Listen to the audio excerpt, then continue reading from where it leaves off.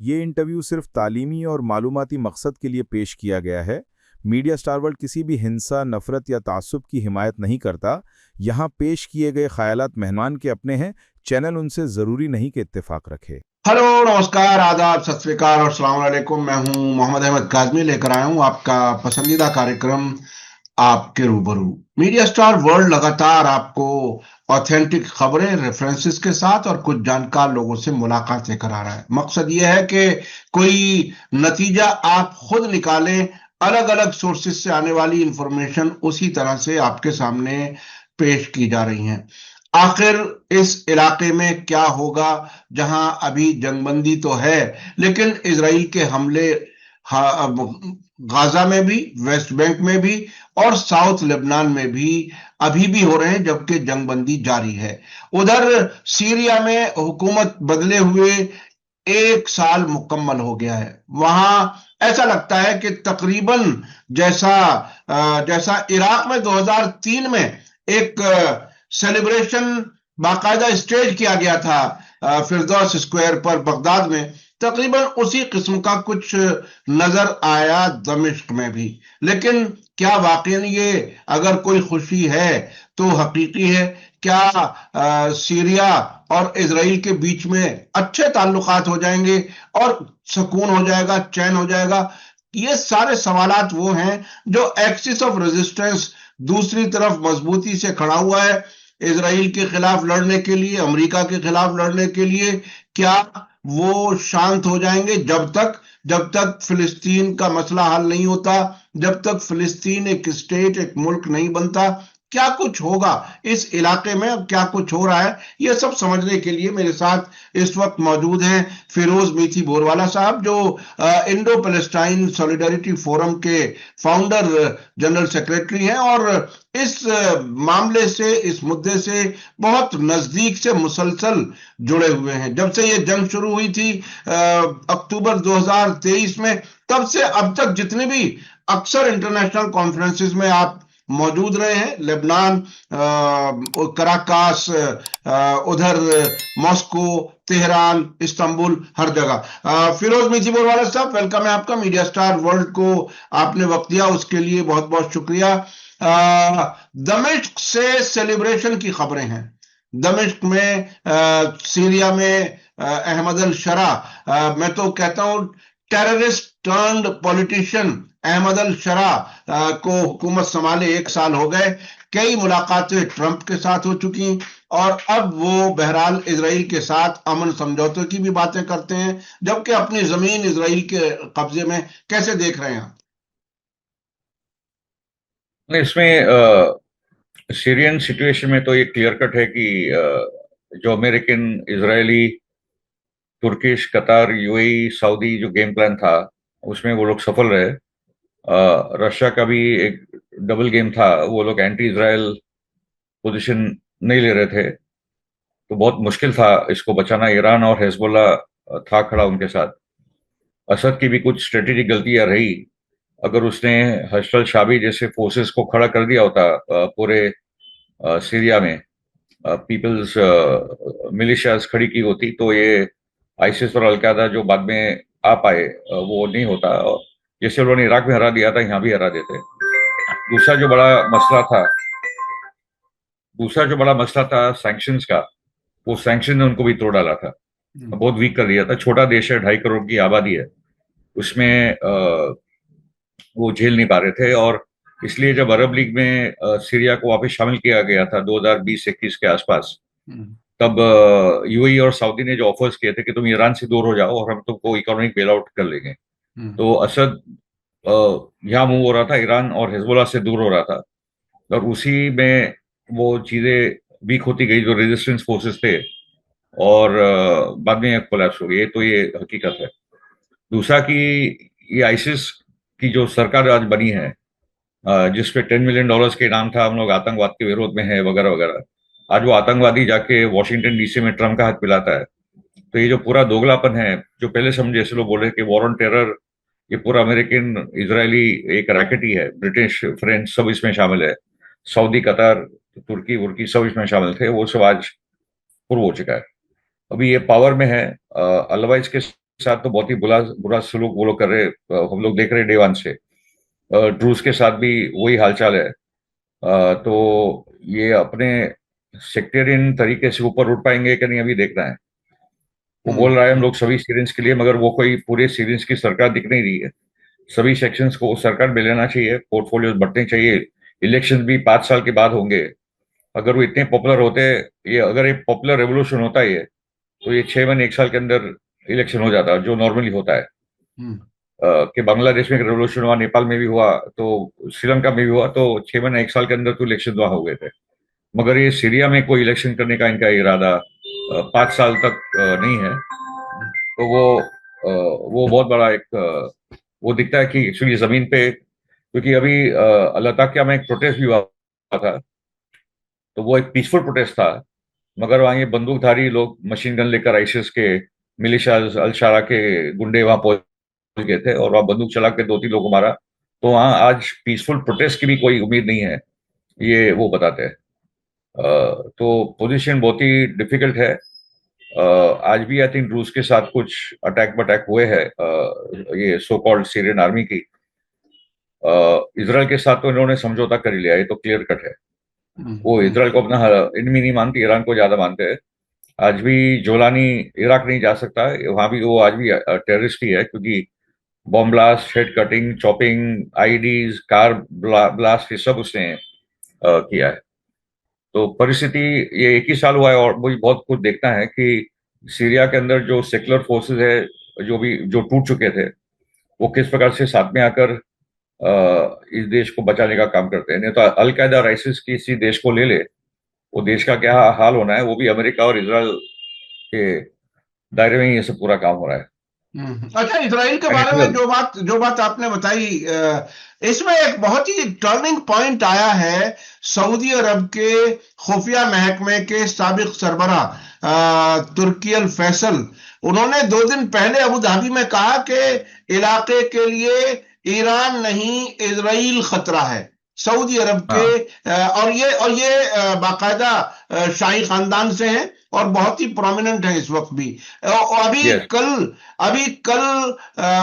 एक deputy foreign minister level की एक लेडी है सऊदी अरब की, उन्होंने भी कहा कि रिफॉर्म्स की जरूरत इजराइल को है, फिलिस्तीनी अथॉरिटी को नहीं। तो ये सऊदी अरब की तरफ से इजराइल के खिलाफ एक तरह से जो बयान आने शुरू हुए, ये एक नया फिनोमेना लग रहा है। इसे आप कैसे देख रहे हैं?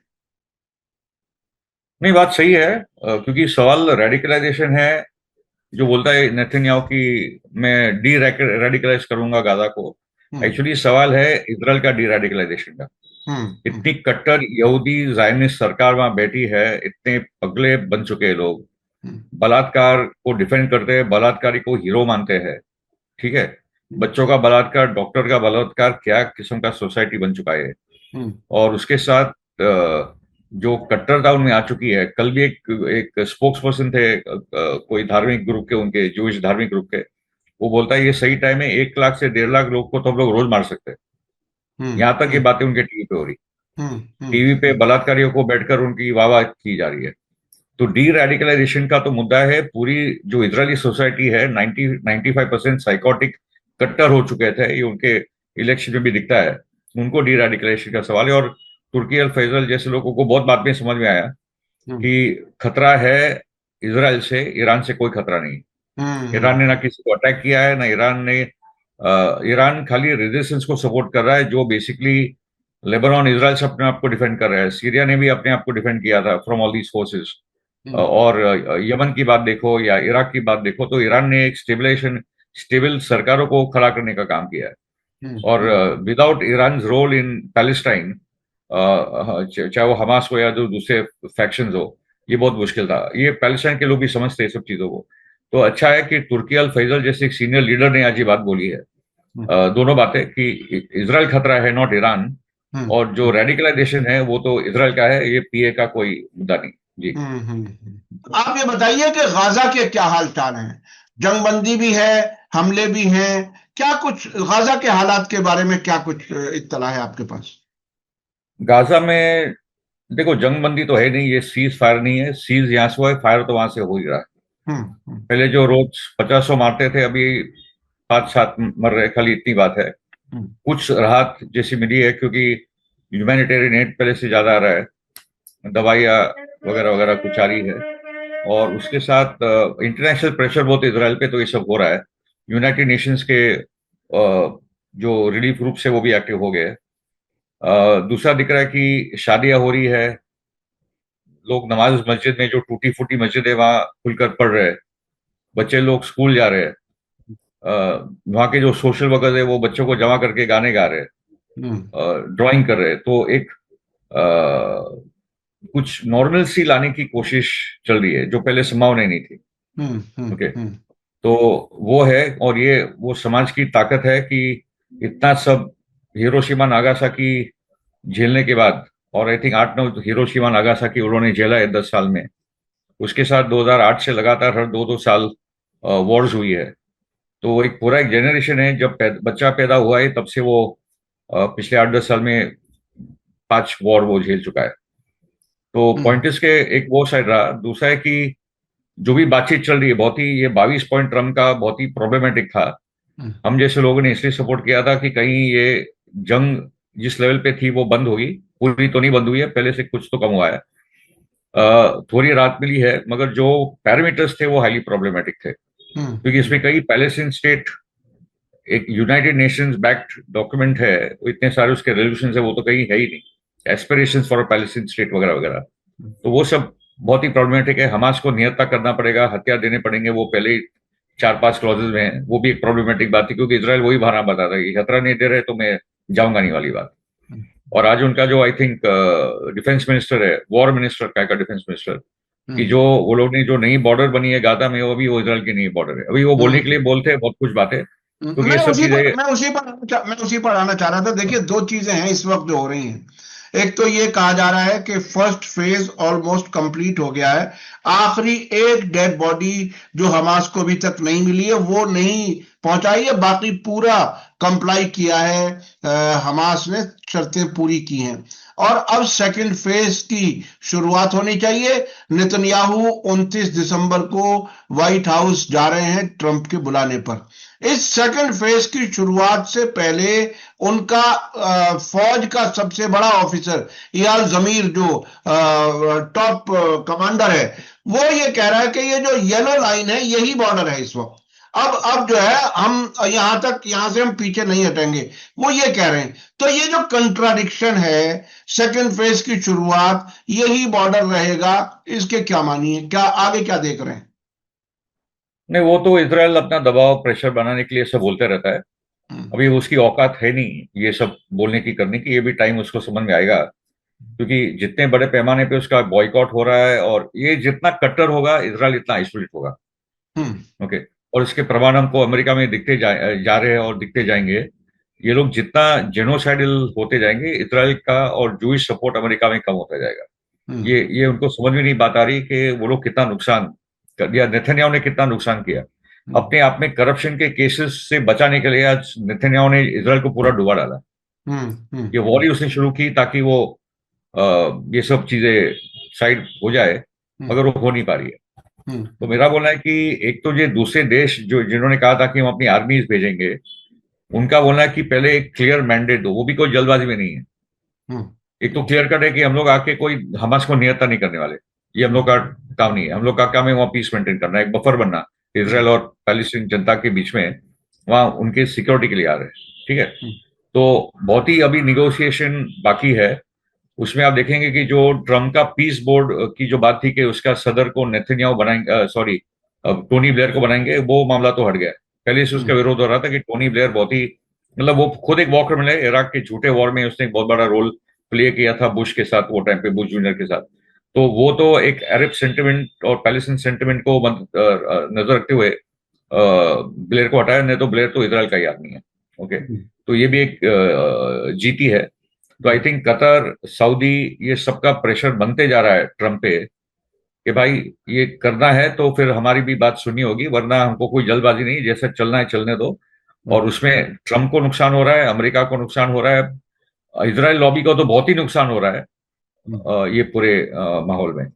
तो बातचीत अभी बाकी है, और जो आपने बताया कि 29 दिसंबर को जब वो जाएंगे, तब बहुत कुछ निगोशिएशन अभी चल रहे हैं और बहुत सारे नेगेटिव बयान अमेरिका के अंदर से आ रहे हैं नेतन्याहू के बारे में भी। जैसे टकर कार्लसन ने तो बोल ही दिया कि Netanyahu is evil and a threat to western civilisation, यहां तक बोल दिया। टकर कार्लसन आज सबसे बड़ा अमेरिकन कंजर्वेटिव स्पोक्स पर्सन है और उसने कहा कि Tucker Netanyahu is evil and a threat to western civilization. उन्होंने इसलिए बोला है क्योंकि ये जो एक बनावटी जूडियो क्रिश्चियन वेस्टर्न सिविलाइजेशन की बात है वो नकारा जा रहा है कि जूइश धर्म और क्रिश्चियन धर्म दो अलग बात है, ये कोई एक सिविलाइजेशन नहीं है। और जो बोला जाता है कि इजराइल नहीं होता तो वेस्टर्न सिविलाइजेशन खतरे में है, तो एक पिद्दू सा देश जिसकी 90 लाख की आबादी है वो क्या इजराइल अमेरिका को बचाएगा? ओके, तो ये सब बातें नकारी जा रही है। तो वो वेस्टर्न सिविलाइजेशन, मतलब जो बोला गया था कि वेस्टर्न सिविलाइजेशन को डिफेंड करने के लिए, बचाने के लिए ईस्टर्न बारबेरियन से, इसलिए इजराइल को बनाना जरूरी है, वो सब बातें आज नकारी जा रही है। ओके, तो इस सिर्फ बचाने की बात छोड़ो, इजराइल वेस्टर्न सिविलाइजेशन के लिए एक थ्रेट बन चुका है, यहां तक बात हो चुकी है। तो बहुत ही नेगेटिव पूरा नैरेटिव चल रहा है इजराइल के खिलाफ। और ये गाजा में जो हुआ है उसके कारण ये सब 2 साल में चीज ये दिख नहीं रहा था हम जैसे लोग को कि कब अमेरिका का, मतलब जायनिस्ट जो कंट्रोल है, यहूदी सुप्रीमिस्ट जो कंट्रोल है अमेरिका पे, ये दिख ही नहीं रहा था हम जैसे लोग को कि ये कब जाएगा, क्योंकि वो उनकी ताकत की बेस है। अभी वो ताकत ही जब खत्म हो रही है, डेमोक्रेटिक पार्टी का तो लगभग 78% लोग ने, मतलब it's gone to that level, 75 to 80% Democratic Party का जो वोटर है वो तो उनके साथ है नहीं। रिपब्लिकन पार्टी का जो यंगस्टर है वो भी 50% या 60% प्लस उनके हाथ से जा चुका है। तो बहुत ही तेजी से जमीन की सिचुएशन बदल रही है। वो लोग ट्राई कर रहे हैं कि 1001 लोग को अभी लेके गए थे इजराइल, कुछ 1000 पैस्टर्स की टीम को खड़ी की है, मीडिया और ऑनलाइन हो नहीं पा रहा है। मैं देख रहा हूँ कि अच्छा जैसे अच्छा अच्छा, फिरोज साहब मैं हाँ आपको 2 बयान बताता हूं, एक इजराइल जी का, एक अमेरिका का। और मैं जी ये समझना चाहूंगा आपसे कि इन दोनों के इन बयानात से अमेरिका और इजराइल अपने आप को कहां महसूस कर रहे हैं। जी नेतन्याहू ने एक बयान दिया कल कि ये इंटरनेशनल फोर्स जो प्रपोज्ड फोर्स है वो हमास को निहत्था नहीं कर पाएगी, ऐसी उन्हें उम्मीद नहीं है। सही दूसरी बात है। तरफ टॉम बराक जो अमेरिका के सीरिया के लिए खास नुमाइंदे हैं और तुर्की में लेबनान के लिए। एम्बेसडर हैं, उन्होंने एक इंटरव्यू में एक बात कही कि ईरान के खिलाफ तख्ता पलट करने के लिए अमेरिका ने 2 बार कोशिशें की हैं, दोनों बार नाकाम रहे हैं। तो एक तरफ जी से नाकामी की आवाज आ रही है अमेरिका से, एक तरफ से नाउम्मीदी की आवाज आ रही है इजराइल से। इसको अगर इनका दिमाग पढ़ने की कोशिश की जाए तो आखिर क्या चल रहा है अमेरिका और इजराइल के दिमाग में? देखो, टॉम बराक जो है वो लेबनीज क्रिश्चियन है और उसको लेबनान और सीरिया और तुर्की सबका एम्बेसडर बना के रखा है। हार्डकोर है, मगर अभी वो भी समझ रहा है कि हमारी औकात नहीं है, अमेरिका की औकात ही नहीं है हिजबुल्लाह को निहत्था करने की, क्योंकि लेबनान के अंदर ही इतना सपोर्ट है हिजबुल्लाह के लिए। तो ना कुछ सिविल वॉर हो पा रहा है, सुन्नी शिया क्रिश्चियन कुछ नहीं हो पा रहा है। और हिजबुल्लाह बैठा है, भाई हमको आके निहत्था करो, हम तो 2006 से बोल रहे हैं, किसी की औकात नहीं है। ओके, और निहत्था होने का मतलब हम लोग जानते हैं क्या होता है, तो वो तो होने वाला नहीं, ना हमास को निहत्था कर पाएंगे ना हिजबुल्लाह को निहत्था कर पाएंगे। एक वो बात। दूसरी बात की, इसलिए जो ट्रंप ने डेडलाइन दी कि 31 दिसंबर अगर हिजबुल्लाह ने अपनी हत्या नहीं छोड़े तो मैं फिर देखो क्या होता है, क्या होता है, कुछ नहीं होने वाला। ठीक है। दूसरी बात की, जो टॉम बाराक ने बोला कि 2 बार कोशिश की गई रेजिम चेंज की ईरान के अंदर, दोनों बार हम लोग फेल हुए, तो वो तो जितनी बार आप ट्राई करोगे ईरान इतना और मजबूत होते जा रहा है। और आज ईरान ने और एक अनाउंसमेंट किया कि वो लोग अभी स्टेल्थ मिसाइल्स भी ला रहे हैं, जिससे इजराइल के पास जो कुछ नई टेक्नोलॉजी, क्योंकि इजराइल ढूंढ रहा है भाई कि जो मिसाइल आए थे उसको रोके कैसे। तो लेजर्स की भी बात हुई, और तो ईरान तो बहुत सारे कदम आगे है। सबसे I think advance country missile technology में ईरान ही है। ना रशिया उसके मुकाबले में, ना अमेरिका, ना चाइना को इसके मुकाबले में नहीं है। वो हम लोगों ने वो 12 दिन की जंग में देख भी लिया था। तो ईरान अपनी खुद की तैयारी कर रहा है, क्योंकि इसराइल का मसला क्या है मैं आपको बता दूं। उनका मसला क्या है कि उनके दिमाग में ये बात घुस गई है कि we are the chosen people of God, हमको यावे ने चूज ही किया है, और चूज इसलिए किया है कि हम लोग दुनिया पे राज करें, दुनिया पे राज करें। और जब हमारा मसीह आएगा तब हर एक यहूदी के पास 2800 स्लेव रहेंगे। उनका तो मानना है कि भाई ये सब होना ही, हम तो बस अपना ये जो बर्बादी हम लोग फैला रहे दुनिया में ये करते जाओ, क्योंकि ये तो हमारे हमारे यावे ने बोला है सब करने के लिए। लोगों को तोरा पढ़ना चाहिए, तालमुड पढ़ना चाहिए, उनको पता चलना चाहिए कि ये कितने पागल है। और एक किताब है कॉल्ड दी किंग्स तोरा, वो किंग्स तोरा तो जेनोसाइड के अलावा कोई बात ही नहीं करता कि बच्चों को मारो भाई, नहीं तो ये बच्चे बड़े होकर हमको मारेंगे। इस किस्म की इनकी पूरी अंडरस्टैंडिंग है। तो इनका एक केमिकल लोचा है दिमाग में, अगर वो उसी भाषा में बात करनी है। तो इनका बहुत बड़ा एक साइकोटिक प्रॉब्लम है। इनको समझना है तो आई थिंक ये समझ आ गई थी हमारे याया शिनवर को कि इनके साथ कैसे डील किया जाए। और याया शिनवर ने इसी किस्म के काउंटर में जो उठा हुआ, एक्चुअली किसी को उम्मीद नहीं थी कि इतने बड़े पैमाने पे नरसंहार करेंगे, किसी को अंदाजा नहीं था। इस जगह नेतन्याहू का प्लान अलग था कि वो रोते रहो हॉलोकॉस्ट के नाम पे कि लोग ने हमारे लोग को मारा है तो हम तो मारेंगे। तो पहले कुछ दिन तो चला, बाद में सब लोग बोले ये एकदम डिस्प्रोपोर्शन है। ओके, तो वो करते करते आज ऐसा है कि इजराइल इतना बदनाम हो चुका है दुनिया में कि उसको डिफेंड करने वाले जो भी जाता है वो सबके सब एकदम ट्रोल हो जाते हैं। अभी हिलरी ने भी कोशिश की थी, जेनोसाइड का नाम लेने के लिए तैयार नहीं करी। वो बिल मायर जो कमेंटेटर है, ये सब जो किस्म के लोग हैं वो बहुत बुरी तरीके से अमेरिका में ट्रोल हो रहे हैं। ओके, मतलब आप सोचो कि जो राइट विंग कंजर्वेटिव क्रिश्चियंस है आज वो इतना दूर हो रहे इसराइल से कि ये लोग को समझ में आ रहा है लेफ्ट तो था ही नहीं, डेमोक्रेट्स में तो था ही नहीं। इनफैक्ट डेमोक्रेटिक पार्टी में बड़ी लड़ाई है कि ये इजराइल लॉबी के जो नुमाइंदे डेमोक्रेटिक पार्टी में अभी वो और जो बर्नी सैंडर्स, जोरान ममतानी, इलान ओमार वगैरह वगैरह ये जो लोग हैं वो अभी ये पूरा टक्कर वो लेवल पे हो रहा है, एकदम आमने सामने का टक्कर रिपब्लिकन पार्टी में हो रहा है। इसलिए इसराइल बहुत ही इसलिए इसराइल जितनी वो, मैंने आपको तब भी कहा था कि जितनी कट्टर यहूदी सरकार आएगी इतना इसराइल के लिए खतरा है।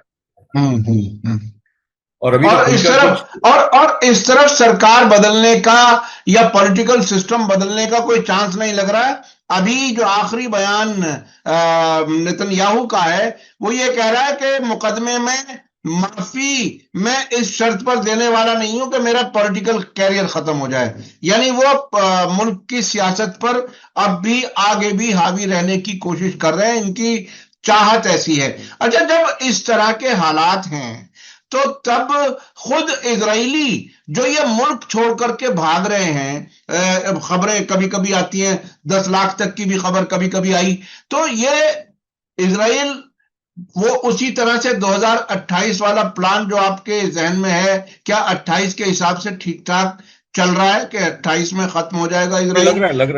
लग रहा है क्योंकि एक तो और एक प्रॉब्लम आ रहा है, खुद जो यहूदी स्पोक्स पर्सन है वो इतनी बेवकूफी का बयान दे रहे हैं कि आप चाहे वो किसी भी देश में रहो मगर आप पहले यहूदी हो। इतना खतरनाक बयान है कि आपकी कमिटमेंट इसराइल के साथ है, आपकी कमिटमेंट अमेरिका, ब्रिटेन, फ्रांस के साथ नहीं है। आप जहां हो आप यहूदी हो पहले। इतनी खतरनाक बयान आ रहा है। ओके, दूसरा ये भी आ रहा है कि भाई आप अमेरिका में महफूज नहीं हो, आप सब इसराइल आ जाओ। अब फ्रांस में महफूज नहीं हो, यहाँ आ जाओ। एंटी सेमिटिज्म बढ़ रहा है। तो जो यहूदी कम्युनिटीज वहां जी रही है उनके लिए वो लोग संकट पैदा कर रहे हैं, क्योंकि आपके भरोसा कौन करेगा।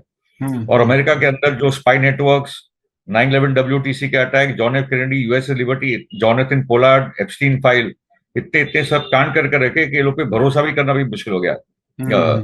इसलिए बहुत सारे यहूदी लोग ही इनके खिलाफ बड़े पैमाने पे बोल रहे हैं, इसराइल और ये ज़ायनिस्ट लॉबी के खिलाफ। बहुत बहुत सारे, मतलब जेनोसाइड को लेकर बोलो या ये पूरे एप्स्टीन, बहुत बहुत सारे यहूदी बोल रहे हैं। और एक आई थिंक इम्पोर्टेंट बात हुई है कि ये जो उभार हुआ है निक फ्यूएंटेस को मैं जरा भी चाहता नहीं। एकदम राइट विंग कमेंटेटर है, एंटी ब्लैक पोजीशन लेता है, एंटी वुमेन पोजीशन लेता है। मगर ये लड़का कुछ 27-28 साल का है, वो इतनी तेजी से आगे बढ़ा है। ओके, क्योंकि वो एक ही जगह पे सही है कि हमारा कंट्रोल जूइश ज़ायनिस्ट कंट्रोल हो चुका है, दे कंट्रोल द कंट्री। वो तो सीधा यहूदी की बात करता है। एना कैस्पेरिन और कैडेंस कोहेन ज़ायनिस्ट ऑक्यूपेशन की बात करते हैं कि we are occupied by the Zionist lobby. मगर निक फ्यूएंटेस खुल्लम खुल्ला बात बोला, तुम मीडिया में देखो, पेंटागन में देखो, सरकार में देखो, ट्रम्प के ऑफिस में कौन बैठा है, बाइडेन को, बोला ये सब तो ये लोग ही चलाते हैं। उसका फॉलोइंग इतना तेजी से बढ़ रहा है कि पूछो मत, क्योंकि लोग बोल रहे तो सच बोल रहा है। ओके, तो जो तो और जो आपकी आपकी बात से जो अंदाज लगा, जो बात कही गई कि ये कहा जा रहा है कि जहां भी हो, जिस मुल्क में भी हो, पहले आप यहूदी हो, यानी इजराइल के हमदर्द आपको होना चाहिए, इजराइल के लिए काम करना चाहिए। तो इजराइल से तो इन वेस्टर्न ममालिक को एक बड़ा खतरा सामने नजर आ रहा है। इसे इस तरह से देखा जाए, खुद इजराइल ये अरबों के लिए खतरा, या मुसलमानों के लिए, या फिलिस्तीनियों के लिए खतरा नहीं, बल्कि वेस्टर्न मुल्कों के लिए, अमेरिका, यूरोप के लिए भी बड़ा खतरा बन रहा है इजराइल। क्या ये समझा जाए? सवाल ही नहीं, अरे खतरा था ही, डे वन से था, सवाल ही नहीं हाँ। आता है, खोखला कर डाला है ये देशों को। हम्म। अब ब्रिटेन को देखो क्या हाल है, हम्म। टोरी पार्टी को कंट्रोल, की स्टार्मर पार्टी को कंट्रोल, की स्टार्मर जो अभी प्रधानमंत्री है वो भी इजराइल लॉबी का ही बंदा है। हम्म। फ्रांस में भी डीप पेनिट्रेशन है, ओके, मगर ब्रिटेन और अमेरिका के अंदर तो बहुत ही डीप पेनिट्रेशन है। अभी अमेरिका में बहुत बड़ी लड़ाई चालू हुई है, क्योंकि हम्म। कुछ कुछ सालों से ये बात बोली जा रही थी, कुछ हद तक लड़ाई चल रही थी, मगर क्या था कि हॉलोकॉस्ट का गिल्ट एक बहुत बड़ा गिल्ट है वेस्टर्न वर्ल्ड पे, हम्म। कि आपने ये किया, आप क्रिश्चियन है, आप वाइट है, तो पूरा जो व्हाइट क्रिश्चियन वर्ल्ड है उनको हॉलोकॉस्ट गिल्ट में डाल दिया था। हम्म। और अभी ये हो गया कि डिनाइल हॉलोकॉस्ट का खुद इजरायली कर रहे हैं, हम्म। खुद हॉलोकॉस्ट खुद कर रहे हैं जेनोसाइड में, तो उनकी हम्म। बोलने की औकात नहीं रही। और उसके साथ अपने हॉलोकॉस्ट गिल्ट बोलते बोलते अपने पूरा अमेरिका पे आपका कब्जा कर लिया। हम्म। तो एक छोटी सी अच्छा आबादी अच्छा जो 2 अच्छा, मिलियन, तो एक वैसे भी माइनॉरिटी साहब। है, जो एक माइनॉरिटी है वो पूरे मेजोरिटी पे राज कर रही है, उनको ब्लैकमेल भी करेगी, उनको गाली भी देगी, उसको एंटी सेमिटिक भी बोलेगी, एप्स्टीन फाइल भी करेगी, हम्म। उनके लोगों को खाने पीने के वांदे कर दिए हैं अमेरिका के अंदर, क्योंकि $4 बिलियन तो ऐसे ही जा रहा है, प्लस हथियार $8 ट्रिलियन अभी तक जंगों में, जिसको अमेरिका के कर्जे में डाल दिया है।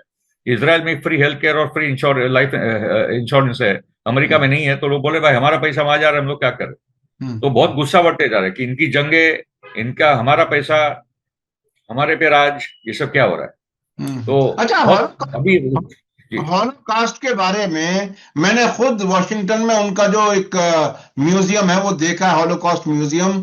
और वो लंदन में भी है, बहुत से मुल्कों में है, शायद हमारे यहाँ भारत में भी बनने वाला है, ऐसी भी कुछ खबरें आई थी।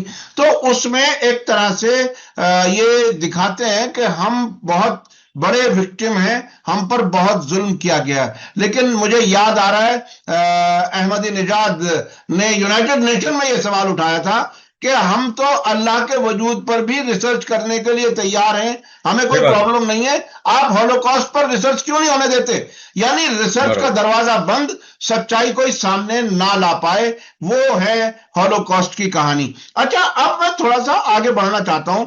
ईरान सिंपल का बात है, आपने आपने जो कहा ना, हाँ। 60 लाख लोग अगर मरे हैं, मेरे 60 लाख लोग मरे होते आज भारत में, भारत के मुसलमानों को 60, तो बोला भाई करो रिसर्च, आप हाँ, अलाउ ही नहीं कर बिल्कुल रहे, क्या मामला है बिल्कुल भाई, बिल्कुल क्या छुपा रहे हो। बिल्कुल। और इसी जी, तरह से 9/11 की रिसर्च भी नहीं हो सकती। अब जो अमेरिका में आतंकी हमला हुआ था उस पर भी रिसर्च पे पाबंदी है, सेमोर हर्ष जैसे लोगों को भी खामोश कर दिया गया। अच्छा, अब मैं समझना चाहता हूं ये ईरान की जो तैयारियां हैं। मैं अभी 2 दिन पहले तेहरान से बात कर रहा था, ये बताया गया कि ईरान इस बार तैयारी ये कर रहा है कि 2000 मिसाइल एक दिन में इजराइल पर मारेगा, अगर इस बार ईरान पर हमला हो गया। और बाकी वो बराबर। एससीओ के साथ नेवी की ड्रिल हुई है अभी, इसके अलावा और भी फौजी मशकें ईरान कर रहा है। आप उस तैयारी को कैसे देख रहे हैं? नहीं, ईरान वो तो एग्जिस्टेंशियल, अगर किसी देश को रली खतरा है हम्म। इसराइल से मिलिट, हम्म। तो वो ईरान को है, और वो हम्म। सबको समझना चाहिए। ईरान को हम्म। पहले हमला नहीं किया, ना वो करने वाला है, हम्म। ओके। तो पॉइंट इज, ईरान अपनी तैयारी करेगा, क्योंकि इसराइल का टारगेट है ईरान को खत्म करो, रेजिम चेंज करो, एक प्रो वेस्टर्न कोई शावा को बैठा दो, मूर्खता है, होने वाला नहीं है, ओके। हम्म। मगर मैं जो बोला ना, उनके दिमाग में ये बात घुसी, हमको दुनिया पे राज करेंगे, तो राज करना है, तो ये सब हमको करना है, मगर होगा नहीं। हम्म। दूसरा कि अभी जो पुतिन भी जो भारत आए थे, आई थिंक वो तेल वेल वेपन्स वगैरह तो सब कुछ चल ही रहा है, कुछ और बात हो रही है। हम्म। तो रशिया चाइना इंडिया का भी और करीब आना है, और सबसे इंटरेस्टिंग बात है कि रशिया और Iran, hmm. Despite the fact के 1.5 million to 2 million Russians live in Israel, Russian hmm. Speaking, hmm. तो वो एक प्रॉब्लम है पुतिन के लिए, वो डील करना। जिसमें सीरिया में देखा था, वो आईसिस के खिलाफ लड़ा था, मगर इसराइल जो डमास्कस में रोज हमला करती थी, पुतिन ने कुछ किया नहीं था। हम्म। मगर पुतिन, रशिया और ईरान का सामने खड़ा होना एक साथ, ये हम्म। बहुत ही इंपॉर्टेंट है। ओके। और चाइना भी बहुत स्ट्रांग पोजीशन ले रहा है पैलेस्टाइन को लेकर, एकदम एंटी इजराइल पोजीशन ले रहा है। ठीक है। उसके साथ हम ये भी देखेंगे कि जो देश जैसे मैक्रो ने भी फाइनली पोजीशन लिया ही इजराइल के खिलाफ कि हम लोग पैलेस्टाइन को रिकॉग्नाइज करेंगे, तो नेथन ने बोला भाई तुमको देख लूंगा। वेनेजुएला को भी, क्योंकि मादुरो ने बहुत क्लियर एंटी इजराइल पोजीशन लिया है, तो वो बहुत क्लियर कट अमेरिका और इजराइल मादुरो की विजय पड़ी है। अगर कल ही 65 शहरों में मार्चेस हुए, नो वॉर ऑन वेनेजुएला, और वेनेजुएला होल्ड करेगा। ट्रम्प की औकात नहीं है मिलिट्री आक्रमण करने की, वो कोशिश कर रहा है कि घेर कर प्रेशर बिल्डअप करके मादुरो में ये रेजिम चेंज हो जाए। मगर और वहां भी बोला कि हिजबुल्लाह भी, ईरान भी, सब लोग है। ओके। तो ये सब जगह एक्चुअली फेल हो रहे हैं। पॉइंट अभी ये, और एक इंटरेस्टिंग बात है I think in terms of media, Russia TV का चैनल भी इंडिया में बड़े पैमाने पर लॉन्च हुआ इस बार जो पुतिन आए थे। तो हमारे पास एक आउटलेट है अल जजीरा के अपने लिमिटेशन पर ठीक भी, मगर आरटी के तरफ से भी एक बहुत बड़ी ताकत इंडिया की जनता को मिलेगी ये सब इश्यूज को समझने के लिए। ये चैनल हिंदी में आने वाला है? ये चैनल क्या हिंदी में आने वाला है? अभी तो इंग्लिश में ही है। अभी तो इंग्लिश आरटी इंग्लिश ही होगा शायद, हिंदी का भी तक मुझे पता नहीं। हिंदी में होना चाहिए, आपकी बात सही। मगर ये सब अगर हो जाएगा तो बहुत बड़ी बात हो जाएगी। हाँ, ये बात बहुत पहले से ये महसूस की जाती रही है मॉस्को में। हमें और दूसरे रिसोर्सेज से भी मालूम है कि वो वेस्टर्न मीडिया के जरिए जो नैरेटिव फैला जाता है उसके खिलाफ बहुत दिन से प्लान कर रहे हैं कि किसी तरह से इंटरनेशनल मीडिया खड़ा किया जाए। और मैं समझता हूं ये बात बहुत ही अहम है। भारत, असल तो मैं कहता हूं भारत भी एक बड़ा मुल्क है, इसको भी इंटरनेशनल मीडिया खड़ा करना चाहिए, बीबीसी जैसी कोई चीज। सईद नकवी इस बात को कई सरकारों से बताते रहे, और 2003 की जंग जो हमने कवर की थी वो इसी आइडिया के तहत की थी। उस टाइम नकवी साहब ने सरकार को कन्विंस किया था कि इराक वार हिंदुस्तानी आंखों से देखी जाए। तो वो इंटरनेशनल जो जिसे मीडिया कहा जाता है, भारत को भी ऐसा चाहिए कि वो दुनिया को अपनी आंखों से देखे, ना कि वेस्टर्न एजेंसियों के। चूंकि हमारे यहाँ जितने भी मीडिया के लोग हैं वो रॉयटर्स और ये सब उन्हीं को इस्तेमाल करके उन्हीं के नैरेटिव को चलाते हैं और अपने मुल्क का नुकसान करते हैं। अच्छा, आखिर में अगर समराइज किया जाए इस वक्त की हालत को, आप इसमें खाली और एक बात जोड़ दो इसमें, जिसपे आपकी भी मुझे राय चाहिए इनफैक्ट, कि एक सऊदी, तुर्किश और ईरान ट्रायंगल भी बन रहा है। उसका भी जिक्र हुआ है। तो वो भी बहुत इंटरेस्टिंग बात है। अगर सऊदी तुर्की, क्योंकि सऊदी में कुछ चीजें बदल रही है, जैसे हमने तुर्की फैजल की बात की, वो तो बहुत करीब थे CIA वगैरह के, तो कुछ तो चल रहा है। सऊदी, ईरान और तुर्की के तीनों फोर्सेस साथ में आते हैं, तो वो रीजन में बदलाव, और बाद में इजिप्ट भी तो है ही। मतलब इट्स वेरी इंटरेस्टिंग इम्पोर्टेंट। बिल्कुल। देखिए, अगर इजराइल का वो नॉर्मलाइजेशन वाली जो कहानी बार बार अमेरिका चलाता है वो अगर रुकी रहे कुछ साल तक, तो मुझे लगता है कि सऊदी अरब में रियलिज्म इस तरह की आएगी, जो कि अब तुर्की अल फैसल की जबान से और एक डिप्टी फॉरेन मिनिस्टर की जबान से वो सामने आई है। और उम्मीद हमें करनी चाहिए कि हुकूमतें अपनी अवाम की मर्जी का ख्याल करेंगी। और मुझे इस बात का यकीन है कि MBS ये कह चुके हैं कि मेरा भी हाल ऐसा होगा जो मिस्र के प्रेसिडेंट का हुआ था, अगर मैंने ये नॉर्मलाइजेशन कर लिया। तो इससे मुझे लगता है कि अवाम की जो सोच है, जो इमोशंस है फिलिस्तीन के साथ, अगर अरब हुकूमतें अपनी अवाम के उन जज्बात को रिप्रेजेंट करने लगे तो इजराइल के साथ नहीं जाएंगी, ऐसी उम्मीद की जा सकती है। समराइज करते हुए इस वक्त के हालात को आप कैसे देख रहे हैं? जी आई थिंक जो हमास की स्ट्रेटेजी है, जो रेजिस्टेंस की स्ट्रेटेजी है पैलेस्टाइन के अंदर, कि होल्ड करो, अभी जंग कुछ हद तक थमी है, उसका फायदा ले लो और अपने समाज को वापस खड़ा करने की कोशिश करो। वेस्ट बैंक में भी मिलिटेंट मूवमेंट्स खड़ी हो चुकी है। वहां भी मतलब जो गाजा में था वो टाइप की मूवमेंट्स अभी रेजिस्टेंस की वेस्ट बैंक में भी खड़ी हो चुकी है। वो भी हम लोग को मार्क करना चाहिए। उसका और भी परिणाम आने वाले हैं। दूसरी बात की, इजराइल जितना आक्रामक होगा, जितना कट्टर होगा, जितना उसका यहूदी धर्म का कट्टरवाद सामने आएगा, वो इजराइल रीजन में, यूरोप में, अमेरिका में, पूरी दुनिया में और आइसोलेशन की तरफ बढ़ रहा है, और उसको बात समझ में नहीं। अगर सबसे इंपॉर्टेंट है कि आने वाले मिड टर्म इलेक्शन जो है नवंबर के, वहीं उसका बहुत बड़ा रिजल्ट दिखेगा अमेरिका में, कि जो एपैक लॉबी है वो कितना हारती वो इलेक्शन 2026 में, वो एक बहुत बड़ा टर्निंग पॉइंट होगा। 2028 में तो और भी दिखेगा। ओके। मगर आने वाला 1 साल, और उसमें मुझे जो मैं बार बार बोलता हूँ कि वो समझ चुके हैं कि जो एंटी यहूदी फीलिंग है वो एंटी मुस्लिम टर्न करना है तो कोई बड़ा आतंकवादी हमला करना पड़ेगा। तो आने वाले 1 साल में अमेरिका में कोई बड़ा आतंकवादी हमला हो जो ईरान के नाम पे हो जाए, एक nuclear false flag, dirty bomb वैसा कुछ नेथन्याहू प्लान मेरे हिसाब से वो कर ही रहा होगा, क्योंकि 9/11 भी उसी लिए करवाया गया था कि एंटी मुस्लिम एंटी इस्लाम माहौल बने। वो बना पाए 25 साल तक, मगर अभी वो माहौल बदल रहा है। सब लोग समझ रहे कि यार ये तो एंटी मुस्लिम कर करके हमको तो पूरा इजराइल ने हमको टेक ओवर कर लिया। बिल्कुल बिल्कुल, बहुत बहुत शुक्रिया, बहुत बहुत शुक्रिया फिरोज मिथिपुरवाला साहब। हमारे पास वक्त खत्म हो रहा है। मैं अपने दर्शकों से कहूंगा कि आज का वीडियो आपको कैसा लगा कमेंट्स में जरूर लिखें और ज्यादा से ज्यादा लोगों तक शेयर करें। इसी के साथ मुझे दीजिए इजाजत। धन्यवाद, शुक्रिया। जय भारत, जय हिंद। हमारे चैनल मीडिया स्टार वर्ल्ड को सब्सक्राइब कीजिए और बेल आइकॉन दबाइए ताकि हमारी हर नई वीडियो का नोटिफिकेशन आपको सीधे मिलता रहे। अगर आपको हमारी खबरें पसंद आती हैं तो उन्हें अपने व्हाट्सएप, इंस्टाग्राम, फेसबुक और ट्विटर अकाउंट्स पर शेयर करना ना भूलिए ताकि और लोग भी हकीकत से वाकिफ हो सकें।